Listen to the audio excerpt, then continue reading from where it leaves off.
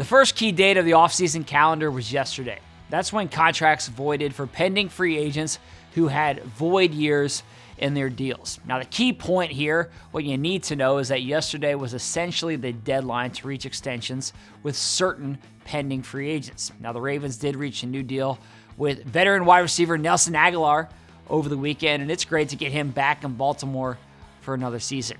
On the flip side, they did not reach new deals with Kevin Zeitler, Gus Edwards, Geno Stone, or Rock Ya-Sin. So those 4 players will hit the market and will likely be elsewhere next season. They also carry a combined salary cap hit of about $8.5 million in dead money on the Ravens cap for next year.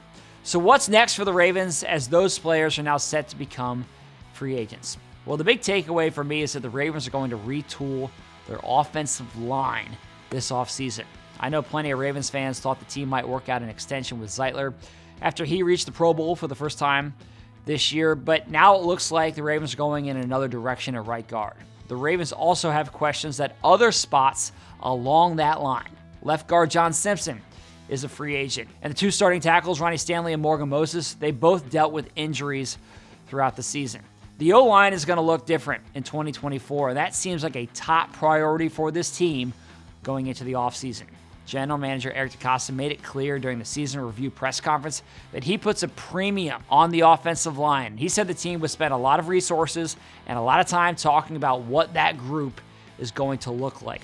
I would expect the Ravens to add linemen through free agency and the draft. Now, I don't think we're talking about a big-time contract here because the Ravens are tight on salary cap space, but they will target high-quality veterans in free agency, just like they've done in recent years with players like Zeitler and Morgan Moses. Now, I expect the draft to also be a spot where the Ravens invest heavily on the offensive line.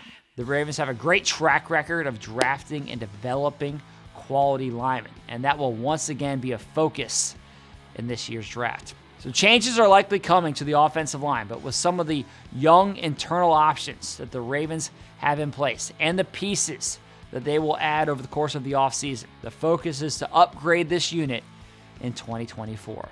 Now, we dive into all of this in more detail on the latest episode of the Lounge Podcast, and you can check that out wherever you get your pods. That's it for me. Thanks for watching. I'll see you again tomorrow.